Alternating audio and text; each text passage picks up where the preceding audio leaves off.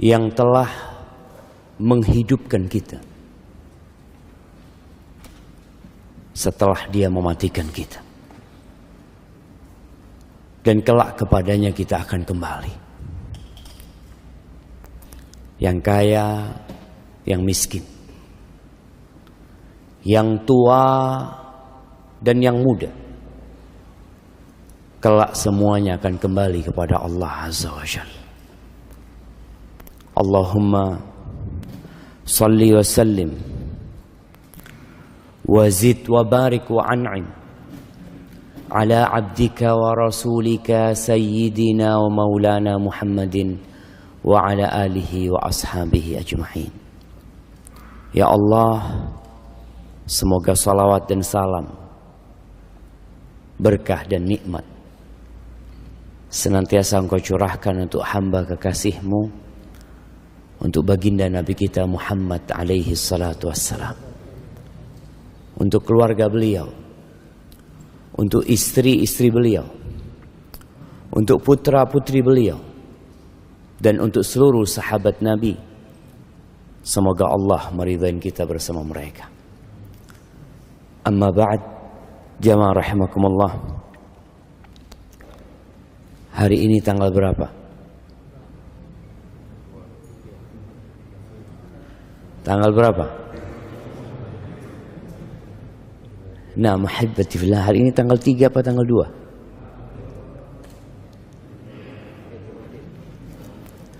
Ana semalam melihat rembulan sudah mulai kelihatan. Kita tahu Allah Jalla Jalaluh menetapkan bilangan hari itu dengan rembulan. Bagaimana orang-orang bertanya kepada Rasul SAW, yas'alunaka 'anil ahillah. Mereka bertanya kepada Nabi SAW tentang hilal, tentang bulan sabit ini. Kenapa rembulan ini mengalami perubahan, tidak seperti matahari yang selalu bulat, tapi rembulan itu kadangkala tidak kelihatan, menghilang dia. Tahu-tahu dia muncul, dan kemunculannya bertahap. Dari seperti bulan sabit yang kecil sekali, tapi masih kelihatan oleh mata. Kemudian dia membesar dan menjadi bulat. Setelah itu dia mengecil. Sekali lagi tidak seperti matahari. Sebenarnya apa yang terjadi? Maka Allah Azza wa Jalla mengatakan kepada nabinya, "Qul hiya mawaqitu lin-nasi wal hajj." Katakan kepada manusia bahwa rembulan itu adalah perhitungan waktu untuk manusia, wal hajj, dan untuk pelaksanaan ibadah haji. Kita tahu umat Islam seluruh rangkaian ibadahnya itu berkaitan dengan waktu. Yang waktu itu ditentukan dengan hilal. Nggak ada puasa tanggal 1 Januari. Kita insya Allah tahun ini puasa tanggal berapa jemaah? Tanggal 1 Ramadan. Iya. Tapi sebagian kita masih berpikir Mei atau Juni. Jamaah rahimakumullah. Hari ini kita akan berbincang tentang waktu. Beberapa hari yang lalu kita melihat dunia, mungkin 3/4 dunia, bahkan lebih, mereka merayakan pergantian tahun. Padahal buat umat Islam, kita masih tahun berapa? 1443 Hijriah. Tahunnya umat Islam belum berubah. Dan kita melihat banyak umat Islam yang ikut dalam pergantian tahun itu. Sehingga kita melihat di jalanan berbagai macam ucapan. Dikatakan selamat tahun baru. Kapan sih manusia pantas mendapatkan ucapan selamat? Kapan jemaah? Ketika ada prestasi yang dia raih, atau ada kenikmatan yang dia dapatkan. Tapi bergantinya tahun sebenarnya menunjukkan berkurangnya umur jemaah. Bukan bertambahnya umur kita. Di dalam Al-Quranul Karim kita melihat Allah Jalla Jalaluh banyak kali bersumpah dengan waktu. Tadi imam kita rakaat pertama dan kedua baca surat apa antum? Wasyamsi wadduha sama wadduha. Masya Allah, nak kasih hadiah buat antum. Nah, Allah bersumpah wasyamsi wadduhaha. Allah bersumpah demi matahari yang kita semua sedang menanti terbitnya matahari. Karena hari ini kajian kita kajian hari kerja. Semua berpikir untuk berangkat bekerja. Ya. Allah bersumpah demi waktu duha. Yang mana Allah tidak bersumpah kecuali dengan sesuatu yang memiliki nilai, yang perlu menjadi perhatian manusia. Wadduha, demi waktu duha. Allah juga bersumpah demi waktu fajar ini. Wal fajri walayalin ashar. Demi fajar dan demi 10 malam. Allah juga bersumpah demi waktu asar. Wal asri innal insana lafi khusr. Dan sebagian ulama menafsirkan wal asri demi masa. Tapi sebagian lainnya menafsirkan demi waktu asar. Allah bersumpah dengan potongan-potongan waktu yang dilewatin manusia. Yang banyak di antara kita lalai. Tidak merenungkan apa yang terjadi dengan dirinya. Allah Azza wa Jalla berfirman di surat Ali Imran ayat 190 sampai akhir surat. Yang Rasul sallallahu alaihi wasallam mengatakan celaka orang yang membaca ayat ini lalu tidak merenungkan. Allah mengatakan inna fi khalqis samawati wal ard wa ikhtilafil laili wan nahar la ayatin liulil albab. Sesungguhnya dalam penciptaan langit dan bumi, pergantian malam dan siang, kita berada di masa pergantian itu. Kita berada di waktu tatkala malaikat malam hari akan naik. Dan malaikat siang hari turun. Dan mereka bertemu pada waktu fajar. Inna Qur'anal fajri kana masyhuda. Pergantian malam dan siang itu. La ayatin liulil albab. Ada tanda-tanda kebesaran Allah. Ada tanda-tanda keesaan Allah Jalla Jalaluh. Tapi tidak untuk semua orang. Untuk orang-orang yang berakal, jemaah. Untuk orang-orang yang cerdas. Siapa orang-orang yang cerdas? Mereka yang dapat kuliah di perguruan tinggi favorit, Mereka orang-orang dengan IQ tinggi. Mereka orang-orang yang dapat menemukan penemuan-penemuan baru. Lah,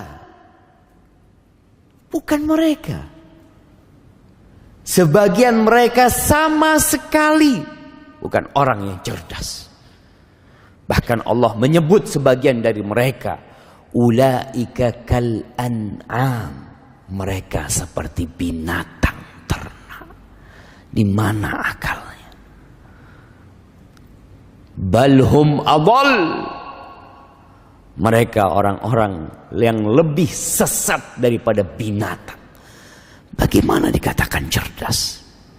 Allah mengatakan orang-orang yang berakal sehat, alladzina yadhkuruna Allah qiyaman wa qu'udan wa ala junubihim wa yatafakkaruna fi khalqis samawati wal ard rabbana ma khalaqta hadza batilan subhanaka faqina adzabannar.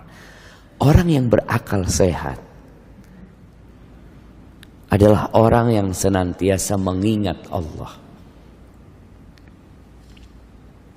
dalam kondisi berdiri, dalam kondisi duduk, dalam kondisi rebahan. Ini orang cerdas. Kenapa? Karena dia tahu bahwa waktu dia di dunia hanya sebentar. Kita hadir di muka bumi ini berapa tahun? Ya, Anda mau kasih hadiah buat yang paling tua hari ini. Nah, ada yang 90 tahun. Udah habis. Iya. Kadang-kadang udah habis. Udah gak ada. Yang 80 tahun.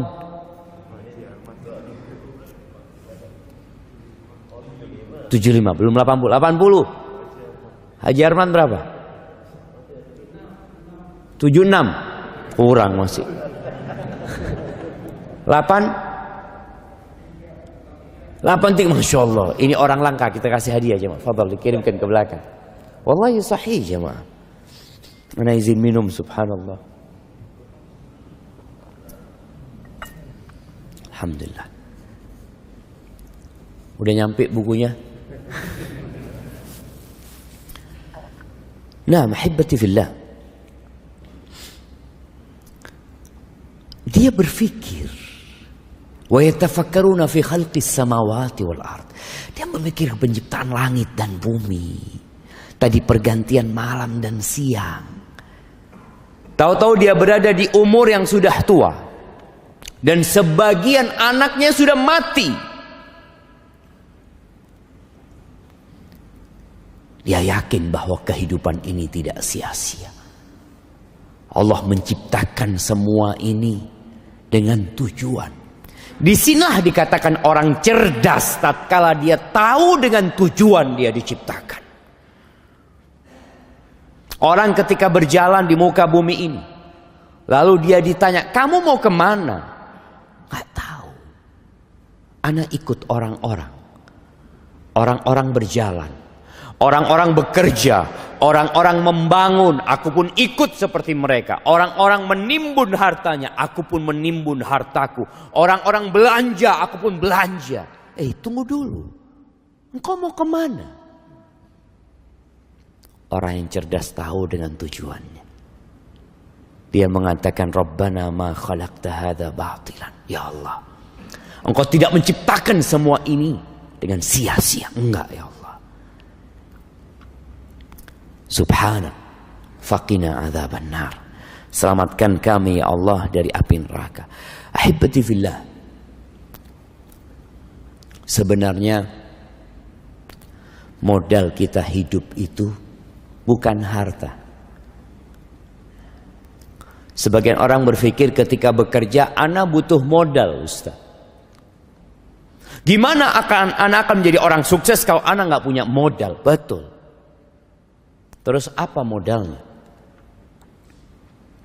Waktu apa fulus? Fulus kita melihat orang-orang kaya raya, triliunan uangnya mati. Padahal kalau bicara engkau masih punya modal yang banyak gitu loh.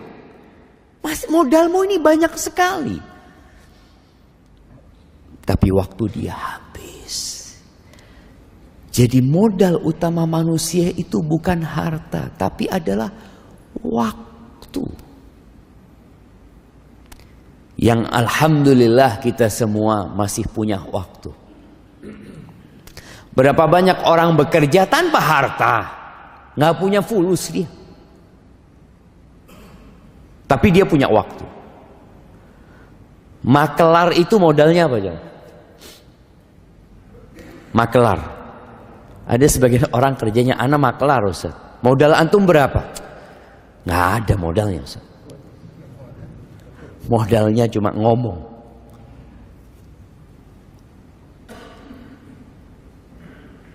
Dan sebagian orang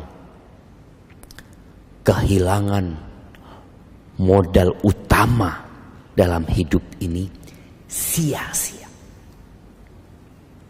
Sebagian kita hidup 50 tahun tidak pernah mengenal masjid. Dia hidup bergelimang harta. Tapi ketika adzan dikumandangkan, dia tidak pernah datang ke rumah Allah Azza wa Jalla. Iya. Tapi ke tempat kerjanya, dia nggak pernah telat. Bahkan dia dikatakan oleh tempat dia bekerja sebagai pekerja teladan. Ini orang nggak pernah telat, disiplin. Disiplin untuk apa? Disiplin untuk membinasakan diri. Dia tidak disiplin untuk menyelamatkan dirinya sendiri. Ahibati fillah. Kita lihat ada amalan-amalan yang berkaitan dengan waktu di dalam hidup kita. Salat subuh, waktunya ditetapkan. Sebagian saudara kita masih tidur sekarang. Waktu subuh itu ketika terbit fajar shadiq sampai terbitnya matahari. Setelah itu ada waktu duha. Ada orang melaksanakan ibadah di waktu duha. Orang-orang bekerja mungkin di waktu duha. Setelah itu ada waktu duhur. Yang kita diikat supaya ingat sama Allah selalu. Orang ketika sibuk dengan pekerjaannya, dia istirahat. Kita melihat sebagian pekerja tatkala istirahat, dia berpikir makan. Dia berpikir ngobrol. Dia berpikir untuk selonjoran. Muslim berpikir untuk mengabdi kepada Allah Azza wa Jalla. Kemudian dia bekerja kembali. Setelah itu datang waktu asar. Diingatkan lagi dia. Dengan Allahu Akbar. Allahu Akbar. Diingatkan kembali dengan kesaksian dia. Asyhadu an la ilaha illallah. Asyhadu anna Muhammad Rasulullah. Diketuk hatinya dengan panggilan hayya 'alas shalah, hayya 'alal falah. Subhanallah. Terus agar dia tidak sibuk menghabiskan waktunya untuk mengumpulkan harta. Yang harta itu akan dia tinggal selama-lamanya. Ketika selesai bekerja, pulang menuju ke rumahnya, diingatkan lagi dengan kebesaran Allah Jalla Jalaluh. Allahu Akbar. Allahu Akbar. Semuanya kecil. Nggak ada yang besar, jemaah. Diingatkan lagi dengan kesaksian kita. Asyhadu an la ilaha illallah. Asyhadu anna Muhammad Rasulullah. Dipanggil lagi hayya 'alas shalah, hayya 'alal falah. Tapi banyak manusia yang tidak menggubris panggilan Allah Jalla Jalaluh, yang lupa dengan ikrar dia sebagai hamba Allah Jalla Jalaluh. Isya pun seperti itu. Ketika dia hendak tidur, diingatkan kembali dengan waktu dia. Bagaimana dia berdoa, Bismikallahumma amutu wa ahya. Karena kita nggak pernah tahu apakah esok hari kita akan dapat melihat mentari. Tak ada yang tahu. Maka seorang muslim memulai waktunya di pagi hari dengan mengingat Allah Jalla Jalaluh, dan dia mengakhiri waktunya dengan mengingat Allah Jalla Jalaluh. Itu orang yang cerdas. Ahibati fillah, di dalam Al-Quranul Karim ada sebuah surat yang seharusnya menjadi perhatian kita agar kita tidak termasuk dari kelompok yang Allah sebutkan. Surat ini namanya Suratul Munafiqun. Surat tentang orang-orang munafik. Yang Nabi SAW mengatakan, Athqalu salati alal munafiqin salatul isya wa salatul fajr. Salat yang paling berat buat orang-orang munafikin untuk mengerjakannya di rumah Allah ini jamaah, itu salat isya dan salat fajar. Terkadang tetangganya masjid yang tinggal melangkah 50 meter, melangkah 100 meter, melangkah mungkin jauh 500 meter, nggak pernah nyampe masjid di waktu subuh. Kerjanya di airport. Berapa jauh airport dari sini? 10 kilo lebih. Nyampe, sampai ke sana. Ada yang kerjanya jauh, sampai ke rumah Allah nggak nyampe. Orang-orang munafik sholat apa enggak? Sholat, tapi malas. Idza qamu ila salati qamu kusala yura'unan nas. Mereka sholat, tapi dengan malas melaksanakan sholat itu. Dan ria, ingin pamer aja. Sedangkan sholat subuh sulit untuk pamer. Masih pada gelap, pada tutup semuanya. Isya pun seperti itu.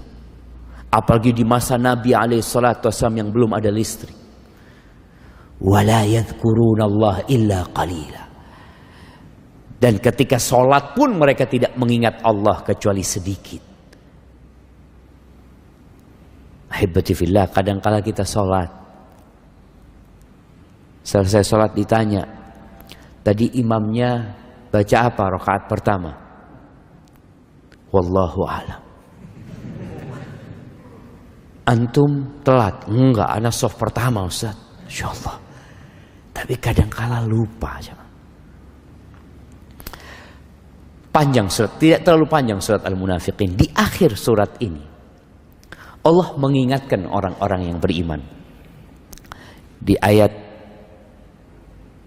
9, 10, 11 Allah mengatakan, Ya ayyuhalladzina amanu la tulhikum amwalukum wala auladukum an dzikrillah wa may yaf'al dzalika fa ulaika humul khasirun. Wahai orang-orang yang beriman, Allah tuh sayang sama kita.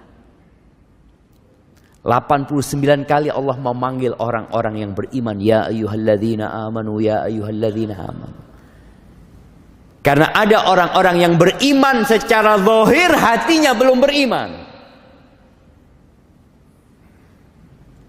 Maka Allah panggil, wahai orang-orang yang beriman, la tulhikum amwalukum wala auladukum an dzikrillah. Janganlah harta kalian dan anak-anak kalian membuat kalian lalai dari mengingat Allah Azza wa Jalla. Orang kalau ditanya bekerja buat apa? Buat masa depan anak-anak. Untuk memberikan nafkah kepada keluarganya. Jangan sampai kerjaanmu mengumpulkan harta. Dan anak-anakmu itu membuat engkau jadi lalai. Jadi lupa mengingat Allah Azza wa Jalla. Silahkan bekerja. Di surat Al-Jumu'ah Allah mengatakan فَإِذَا قُضِيَتِ الصَّلَاةِ. Kalau selesai sholat Jumat, فَانْتَشِرُوا فِي الْأَرْضِ. Kalian silahkan bertebaran di muka bumi ini. وَابْتَغُوا مِنْ فَضْلِ اللَّهِ. Cari karunia Allah, cari rizki, bekerja. Silahkan. Bukan disuruh duduk di masjid terus, enggak. Disuruh bertebaran sama Allah Azza wa Jalla. Tapi Allah mengingatkan, wadhkurullaha katsiran la'allakum tuflihun. Tapi kalian harus mengingat Allah sebanyak-banyaknya agar kalian sukses. Karena dunia ini melalaikan, menipu kita. Kita bisa duduk di tempat kerja kita berjam-jam. Tapi duduk di masjid berjam-jam berat buat kita. Maka Allah katakan, ingat Allah. Silahkan engkau bertebaran di muka bumi, cari rezeki. Tapi ingat Allah. Siapa yang dilalaikan dengan harta dan anak-anaknya, maka mereka adalah orang-orang yang merugi.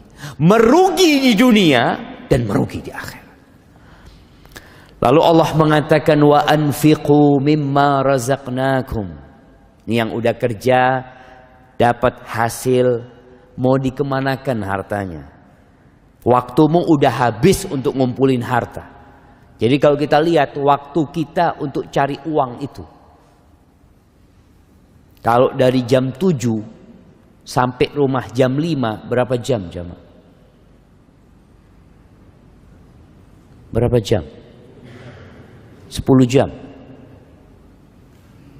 Itu untuk cari dunia. Terus kalau udah dapat, kata Allah, wa anfiqu. Sedekahkan, infakkan. Mimma razaqnakum. Jangan berpikir itu hasil dari kerjamu. Sebagian orang kalau disuruh sodako, ini anak capek, anak lelah, bertahun-tahun anak ngumpulkan harta. Ingat, mimma razaqnakum. Yang engkau infakkan yang dari rizki Allah. Yang engkau merasa itu bukan rizki dari Allah, jangan engkau infakkan. Karena manusia ada yang lupa. Dia berpikir harta itu hasil kerja dia. Itu rizki dari Allah Azza wa Jalla. Oke, engkau berusaha. Engkau lihat berapa banyak orang-orang yang sama umurnya dengan dirimu, yang sama belajar di fakultas bersamamu, lulus. Kenapa fulan penghasilannya cuma 5 juta? Kenapa engkau penghasilannya 20 juta? Rizki itu Allah yang kasih. Maka infakkan dari apa yang kami rizkikan kepada kalian. Min qabli an ya'tiya ahadakumul maut. Sebelum waktunya habis. Sebelum datang kematian kepada salah seorang di antara kalian. Fayaqula Rabbi. Lalu ketika datang kematian itu, dia tahu malaikat-malaikat pencabut nyawa sudah hadir. Hendak mencabut nyawanya. Maka dia mengatakan kepada Allah, Rabbi, wahai Rabbku, laula akhartani ila ajalin qarib. Ya Allah, kalau engkau kasih aku waktu sedikit, tunda kematianku sedikit aja. Dia bukan hendak hidup berhari-hari, enggak. Dia hanya minta waktu sedikit. Mau ngapain jamaah? Fa'asaddaq. Tujuannya cuma sedekah. Dia bukan minta kepingin sholat ke masjid, enggak. Kalau sholat ke masjid dia harus keluar rumahnya, berwudu, jalan, butuh waktu lama. Dia cuma kepingin sodakoh. Sodakoh itu tinggal ngomong ya. Keluarkan itu harta, kasihkan ke fulan. Berapa menit orang tinggal ngomong kayak gitu jemaah? Sebentar. Atau sekarang dia tinggal ambil handphonenya, dia tinggal transfer. Masya Allah, sekarang sebagian masjid untuk sedekah itu pakai barcode juga jemaah. Scan di sini. Masya Allah. Butuh berapa detik jemaah? Ini orang minta waktunya diundur sedikit. Fa'asaddaq wa akun minas salihin. Dan aku jadi orang-orang soleh. Ini menunjukkan bagaimana orang yang hendak meninggal dunia memiliki angan-angan untuk ditambah umurnya demi tujuan bersedekah. Tapi kita sekarang umurnya masih ada, belum mati kita. Kita pakai buat apa umur kita ini? Tapi kata Allah, wala yuakhirallahu nafsan idza jaa ajaluha. Nggak ada. Orang kalau sudah datang ajalnya, nggak ada ditunda waktunya, diundur waktunya, enggak. Wallahu khabirun bima ta'malun. Allah itu maha mengetahui dengan apa yang kalian kerjakan. Ahibbati fillah. Kelak akan ada persidangan di hari akhir. Mukmin itu percaya dengan hari kebangkitan. Salah satu rukun iman itu antu'mina bil yaumil akhir.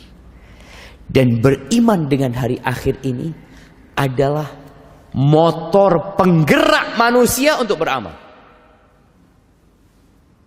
Seperti yang antum lakukan. Ini teman-teman yang bekerja yang jadi pegawai negeri. Ada yang jadi pegawai negeri? Nggak ada jemaah. Ada yang jadi pegawai negeri. Ada yang jadi pegawai swasta. Kenapa sih? Dia mau meninggalkan rumahnya, meninggalkan keluarganya di pagi hari, pisah sama istrinya, padahal baru nikah. Sebulan dia tinggalin istrinya.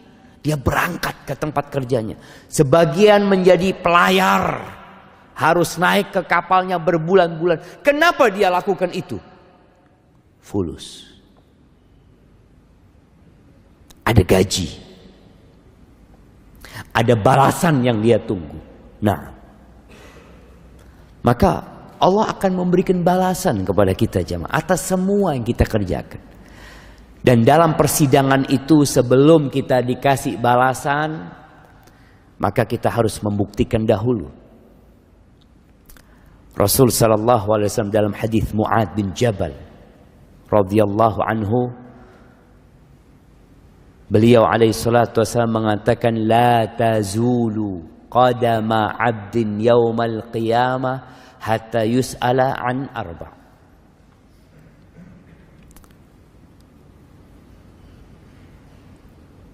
Telapak kaki anaknya Adam ini pada hari kiamat tidak akan bergeser sampai dia ditanya 4 pertanyaan.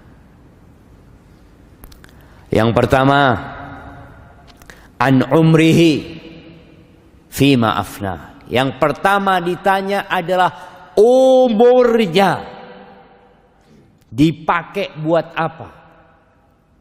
Ada yang Allah kasih umur 60 tahun. Subhanallah. Dalam hadis riwayat Bukhari, Nabi alaihi salatu wasallam mengatakan, qad a'dhalallahu ila mri'in. Allah telah memberikan uzur yang cukup ya buat seorang hamba yang dikasih umur 60 tahun. Akan ditanya, buat apa umurmu? Yang umurnya 20 tahun ya akan ditanya umurnya dibuat apa. Ada yang sampai umur 60 tahun masih menghabiskan waktunya dengan yang sia-sia. Sekarang ini sarana untuk menghabiskan waktu dengan sia-sia banyak sekali jemaah. Anda pernah ngelihat orang sudah sepuh main game jemaah. Di pesawat Anda lihat, ya Allah, ini orang berapa umurnya? Iya. Tapi man syabba ala syai' syaba alaih. Barang siapa yang memulai waktunya dengan sesuatu yang sia-sia, dikatutkan sampai tua, sia-sia waktu. Yang kedua, wa an syababihi fima ablah. Ditanya umur secara umum sejak dia baligh tentunya. Lalu akan ada pertanyaan khusus tentang masa mudamu. Dipakai buat apa? Ketika engkau masih muda, engkau kemana? Kalau orang sudah sepuh, sudah tua, memakmurkan masjid, itu wajar. Wajar. Tadi Allah sudah kasih waktu yang panjang buat dia. Tapi anak muda hadir di majelis ilmu di waktu subuh ini spesial banget. Maka siapkan jawaban antum untuk masa muda. Yang tahu masa mudanya penuh dengan kemaksiatan. Yang sebagian mengatakan, ya Allah Ustaz, masa muda ana Ustaz, itu di jahiliyah kadang-kala. La sholat, wala puasa, apa dosa yang tidak dia kerjakan, segera bertobat. Karena engkau akan ditanya tentang masa muda. Yang sekarang sedang muda, jangan menunggu tua. Dia mengatakan, insya Allah nanti aku akan bertobat ketika sudah tua. Seperti Bapak Fulan. Bapak Fulan dulu orang jahat. Ustaz, alhamdulillah mati husnul khotimah. Mati sujud di masjid. Anak mudah-mudahan kayak Fulan. Siapa yang tahu umurmu sampai seperti Fulan? Bukankah ada kawan-kawanmu yang tewas di jalanan, ditabrak? Kemarin kita melihat COVID-19 ketika meningkat, subhanallah, anak mati lebih dulu daripada orang tuanya. Maka persiapkan jawaban untuk masa muda kita. Orang yang sudah tua taat dengan anak muda yang taat, kelasnya beda. Derajatnya beda di surga Allah Azza wa Jalla. Bahkan Nabi SAW ketika menyebutkan 7 golongan yang akan mendapatkan naungan dari Allah Azza wa Jalla, salah satunya siapa? Wasyab nasya'a fi ibadatillah. Pemuda yang tumbuh besar dalam kondisi mengabdi kepada Allah Azza wa Jalla. Dia tidak menjadi budak syahwatnya.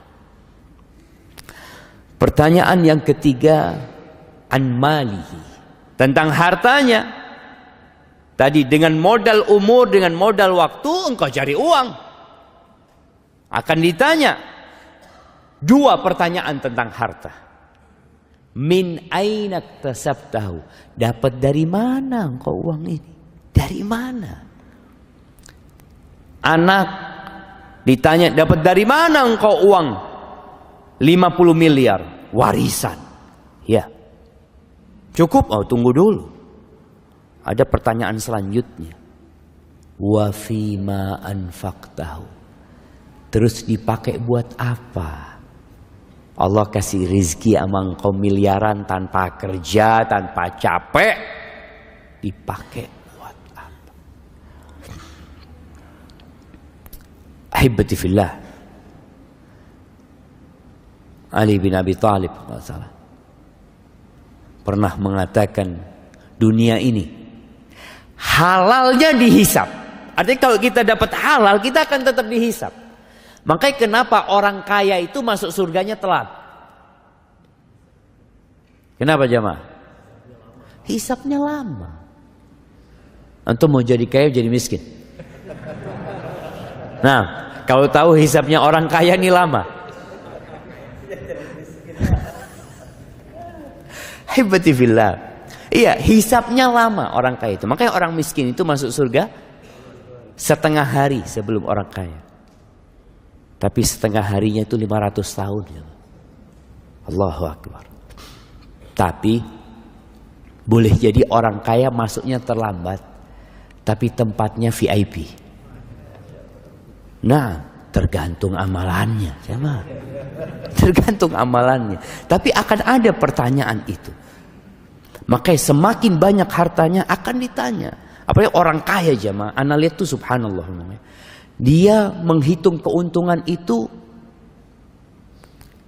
50 rupiah. 100 rupiah. Karena dia punya pabrik besar. Antum lihat kadang-kala orang yang jualan snack 1000 ya, ada yang 500. Untungnya berapa dia? Dia menghitung seperti itu. Dan Allah akan lebih detail dari itu perhitungan. Akan ditanya. Wa nada'ul mawazinal qista liyaumil qiyamah fala tuzlamu nafsun syai'an.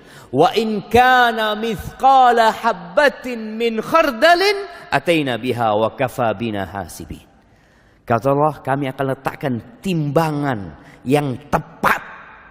Tidak ada satupun yang dirugikan. Kalau amalan itu sebesar biji sawi akan didatangkan, akan ditimbang. Dan cukup Allah sebagai penghisab. Maka persiapkan jawaban. Lalu yang terakhir akan ditanya tentang ilmunya. An ilmihi madza amila bihi. Digunakan buat apa ilmunya? Antum pakai buat apa? Jangan sampai hadir ke kajian ya dengerin ustaz, masya Allah bagus, bagus. Keluar nggak diamalin gitu.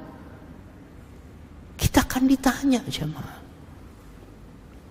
Hadis ini diriwayatkan Imam Al-Bazzar rahimahullahu ta'ala. Ahibati fillah. Waktu ini adalah nikmat. Nikmat Allah itu banyak sekali. Banyak sekali. Wa in ta'uddu ni'matallah la tuhsuha. Kalau kalian hendak menghitung nikmat yang Allah berikan, kalian gak bakalan dapat menghitung. Orang-orang yang mengeluh hidupnya,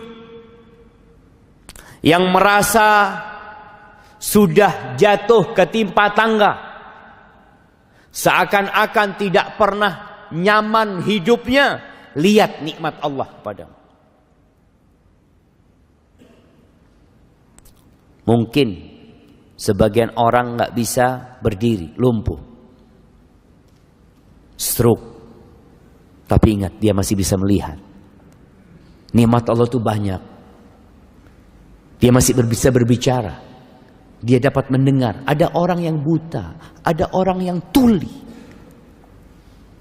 Ada orang yang tidak dipedulikan sama keluarganya. Kok masih ada orang-orang yang peduli sama diri. Dan di antara nikmat-nikmat Allah ada dua nikmat. Para ulama menyebutnya min usulin nikmah. Dari pokok-pokok nikmat yang besar. Kata Nabi SAW dalam hadis riwayat Imam Bukhari, ni'matani maghbunun fihima katsirun minan nas. Ada dua nikmat yang kebanyakan manusia itu tertipu. Ketipu dia. Kebanyakan manusia ketipu. Tahu orang yang tertipu? Orang tertipu itu yang membeli sesuatu. Dia beli jam. Jam ini harganya 1,2 M. Dia beli 1,2 M. Dibawa ke rumah. Jam ini untuk mengetahui waktu, jemaah. Masya Allah, habis waktu anak. Kata panitia, kalau dengar suara itu berarti waktu Ustaz habis. Wallahi sahih, jemaah. Anda lanjutkan dikit, jemaah. Dia beli jam 1,1 M.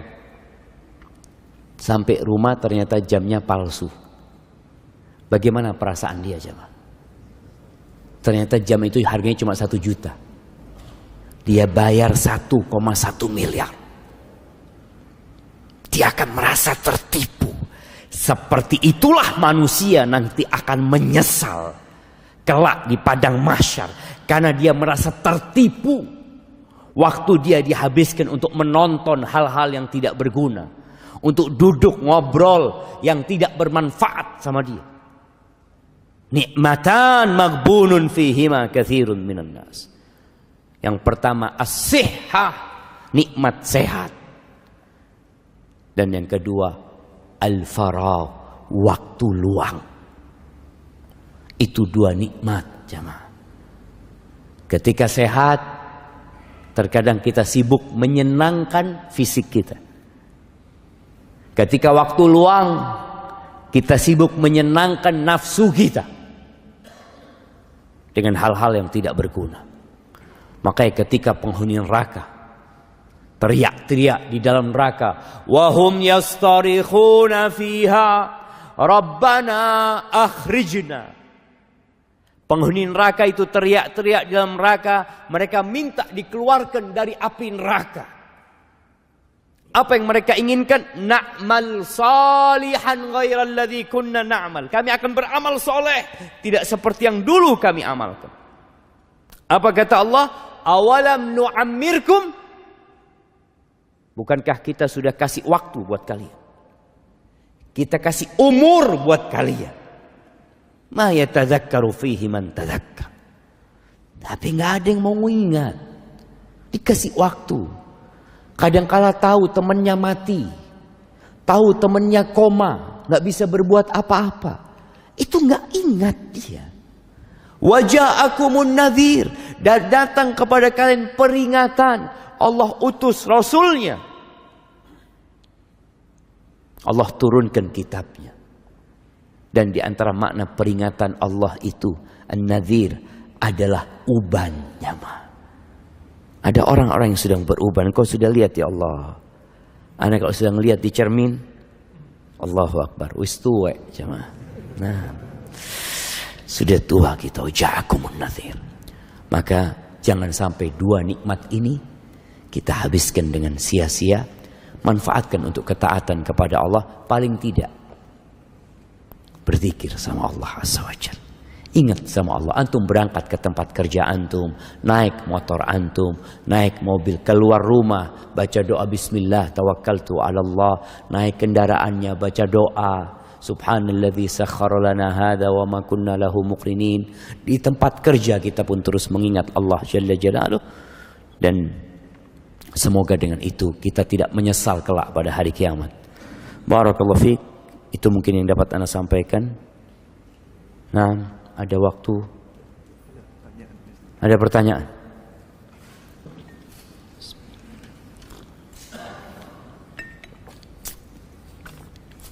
Baik jamaah, Ana akan ambil waktu antum 10 menit sebelum berangkat kerja semuanya nih jamaah. InsyaAllah kita baru sholat, bisa sholat syuruk nanti ya. Apa hukum jual beli kucing? Karena anak pernah dengar ada yang makruh dan ada yang haram. Betul. Hukumnya antara makruh dengan haram. Memang kalau melihat jumhur ulama lebih memakruhkan. Walaupun dalam madhab Hambali mereka lebih menguatkan haramnya karena ada sebuah hadis yang berbunyi naha Rasulullah SAW an bai'is sinnaur. Nabi SAW melarang jual beli kucing. Maka usahakanlah harta kita digunakan untuk yang lebih bermanfaat.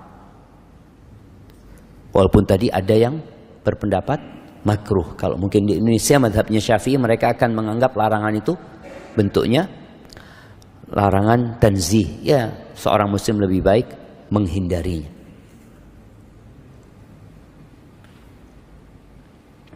Assalamualaikum Ustaz, afwan izin bertanya, jika di lingkungan ana masih banyak yang sering mengucapkan selamat atas bertambahnya umur, bagaimana ana menyikapi ucapan tersebut? Jika ana sudah mengingatkan dan tidak usah ucapkan itu pada ana, mohon pencerahannya.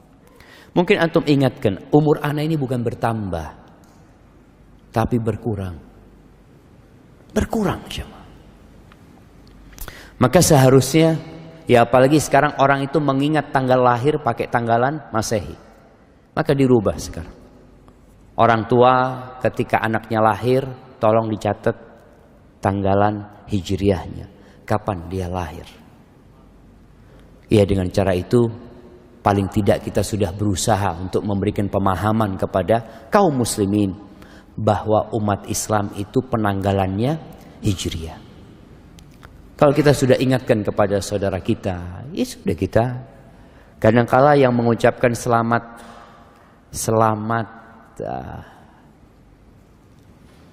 apa kalau selamat panjang umur, selamat ulang tahun. Anak sampai lupa, cuma selamat ulang tahun itu Facebook, cuma. Iya, Facebook itu mengingatkan antum ini umurnya berkurang sebenarnya gitu loh, supaya antum siap-siap gitu. Setahun ini antum ngapain aja dengan Facebook antum? Kadang-kala kan ada seakan-akan di situ kilas balik ya tentang kegiatan-kegiatan antum di situ. Kelak pada hari kiamat akan detail kilas balik itu, jemaah. Allah akan ingatkan antum dengan semua yang antum kerjakan. Makanya penghuni surga ketika disuruh makan enak-enakan di sana, mereka kulu washrabu hani'an bima aslaftum fil ayyamil khaliyah.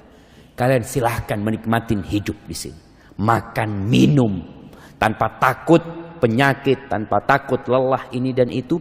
Bima aslaftum fil ayyamil khaliyah. Karena apa yang kalian lakukan, yang kalian perbuat di hari-hari yang telah berlalu, di waktu kita, jemaah. Barakallahu fikum.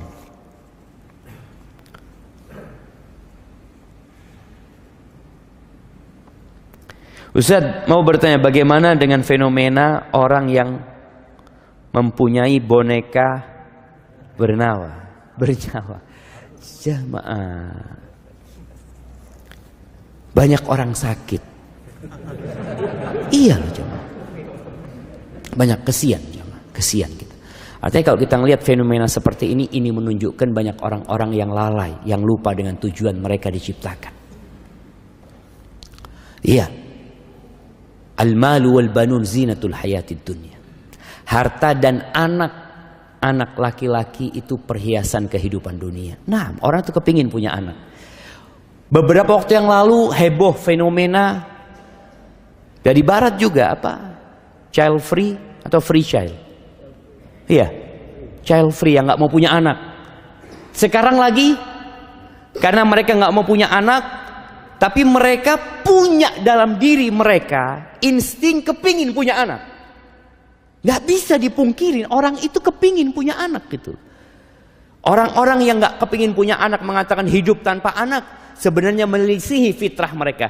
Ketika mereka menyimpang, muncul yang namanya boneka ini. Jadi ingat, dosa itu melahirkan dosa. Dan Allah Azza wa Jalla mengatakan wala tattabi'u khutuwatis syaitan. Jangan mengikuti langkah-langkah setan. Setan itu menyesatkan manusia nggak sekaligus, nggak langsung. Dan setan itu menggambarkan yang buruk baik. Ini mungkin yang terjadi dengan ya berbagai macam fenomena, dan ini tidak akan berhenti. Fenomena ini tidak akan berhenti, akan terus ada muncul yang baru sampai kelak kiamat dan setan akan ceramah di atas mimbar. Allah kasih mimbar setan dari api. Ketika orang-orang mencela mereka, ini gara-gara setan, gara-gara iblis, gara-gara kata iblis, fala talumuni, kalian jangan nyalahkan ana. Terus apa nih? Walumu anfusakum, kalian salahkan diri kalian sendiri. Aku tuh kata iblis gak punya kekuasaan untuk menyesatkan kalian. Aku cuma panggil kalian, kalian ikut. Siapa yang salah? Kalian yang. Itu yang terjadi. Oleh karena itu bicara fenomena yang seperti ini, ya ada orang-orang yang kata Allah fi qulubihim marad. Di hati mereka ada penyakit. Fazadahumullahu maradan. Allah tambahkan penyakit buat mereka. Maka kita perlu kasihan. Kita perlu kasihan. Di sini tugasnya seorang muslim ya, untuk berdakwah dengan cara yang baik, dengan penuh hikmah. Bicara boneka. Di masa Nabi SAW ada boneka enggak? Ada boneka. Aisyah itu mainan boneka. Boneka yang dibikin dari dari bulu atau dari anunya domba ya, yang diikat, dari kain yang diikat. Ada boneka itu. Buat siapa? Buat anak-anak kecil. Sekarang emak-emak pegang boneka. Bapak-bapak pegang boneka. Anak kemarin dikasih tahu foto sama Soeb nih, Ustaz, lihat Ustaz. Ada seorang artis gendong 2 boneka. Ya Allah, anak ngomong. Mudah-mudahan dikasih kesembuhan. Sahih jamaah. Kita doakan mudah-mudahan Allah sembuhkan mereka. Mereka sedang sakit jamaah. Orang yang waras, dia kepingin punya anak. Kemarin kita ketemu fenomena nggak kepingin punya anak, berarti ada masalah sama orang ini. Kemudian tahu-tahu dia mau punya anak dengan boneka tersebut. Apalagi ternyata ada keyakinan lagi dengan boneka tersebut. Haibati fillah. Cuma masalahnya, orang yang lemah itu akan selalu meniru orang yang dianggapnya kuat. Boneka ini datang dari mana? Dari Madura? Dari Sulawesi? Bukan. Dari sana, dari luar sana. Dan Rasul SAW mengatakan, la tattabi'unna sanana man kana qablakum. Kalian benar-benar akan meniru gaya-gaya orang sebelum kalian. Hadwal qudzati bil qudzah, shibron bi shibrin. Kalau mereka melakukan perbuatan 1 jengkal, kalian akan sama persis mengikuti mereka. Zira'an bi zira'in, 1 hasta, sama persis. Hatta lau dakhalu juhra dabbin la dakhaltum. Sampai kalau mereka itu masuk ke lubangnya dhab, ini semacam iguana padang pasir jamaah, masuk ke lubangnya yang sempit, yang busuk, kalian akan masuk. Kata para sahabat, ya Rasulullah, al-Yahud wan Nasara, orang-orang Yahudi dan Nasrani, siapa lagi kalau bukan mereka? Dan kita bisa melihat persis umat Islam mengikuti gayanya mereka. Anakumullah, dan kita sekali lagi kita perlu mendakwain mereka, dikasih penjelasan tentang, bukan tentang boneka itu ya.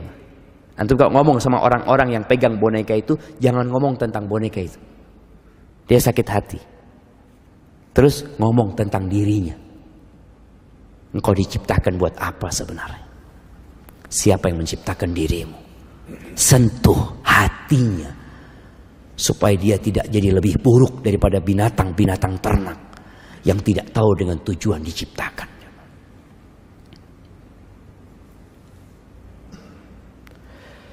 Apakah boleh kita berwasiat kepada keluarga dengan wasiat, jika aku meninggal tiba-tiba, tolong sebagian harta yang ada sedekahkan atas namaku. Entah itu mobil atau rumah, yang penting tidak semuanya. Boleh jemaah. Ini sedekahnya orang bakhil. Tapi boleh. Allah kasih hak. Nabi SAW pernah mengatakan, ketika ditanya sedekah yang paling mulia, beliau mengatakan, anta saddaqah wa anta sahihun syahih takhshal faqra wa ta'mulul ghina. Sedekah yang paling mulia adalah sedekah ketika engkau sehat dan berambisi. Orang sehat punya ambisi, pengen ini, pengen itu, masya Allah. Engkau takut dengan kefakiran dan berharap kekayaan. Itu sedekah yang paling mulia. Jangan sampai engkau sedekahnya itu ketika ya sudah mau mati, ya udah sakit, ini itu, dia mengatakan ini wasiat buat fulan, ya Maya. Tapi nggak apa-apa aja. Nih buat orang-orang yang bakhil, paling tidak antum sedekah setelah mati. Iya, masih ada pahalanya, beda tentunya, pahalanya berbeda, tapi tetap ada pahalanya gitu. Dan diperbolehkan 1/3, antum wasiatkan kepada keluarga, tapi wasiatnya jangan ngomong kalau aku mati tiba-tiba. Kalau matinya sakit, dong jangan gitu loh. Ini mati tiba-tiba jemaah. Jadi wasiatnya itu pokoknya kalau aku mati mau tiba-tiba, mau sakit, mau apa, maka seperti itu. Nggak apa-apa sedekah. Paling tidak tadi antum catat. Antum catat, dan kalau bisa, kalau antum punya banyak harta ya, tapi antum tadi masih cinta sama harta antum datang ke notaris, bikin surat pernyataan berapa yang boleh diwasiatkan, 1/3. Kalau antum mau 1/4 nggak ada masalah, karena Nabi SAW mengatakan ats-tsuluts wa-tsulutsu katsir, 1/3 dan 1/3 itu banyak. Kenapa? Karena kalau antum sudah mati, sebenarnya harta itu jatuh kepada siapa? Ahli waris gitu. Jadi antum ngurangi hak ahli waris, maka diperbolehkan cuma 1/3. Kalau antum hidup sehat, semua mau disedekahkan, terserah antum.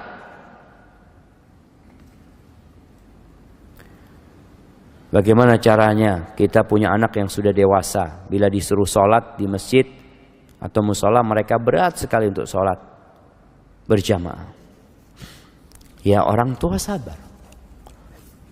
Ahibati fillah, Allah Azza wa Jalla ketika menyuruh sholat ini, Allah mengatakan wa'mur ahlaka bis salati wastabir 'alaiha. Suruh keluargamu sholat dan engkau sabar. Sabar dalam menegakkan sholat, sabar dalam mendakwain anak untuk sholat.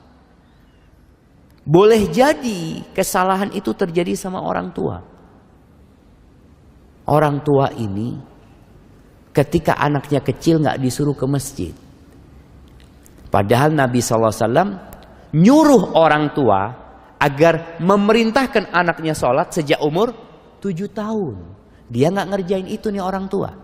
Sampai akhirnya anaknya udah nggak pernah ke masjid. Wallahi jamaah, terus terang, kita itu nggak diajarin sholat ke masjid. Kita diajarin ke masjid itu cuma Jumat, bas.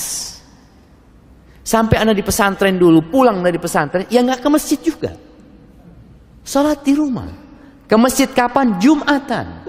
Jadi kadangkala ada orang tua yang memang ya belum ngerti dahulunya.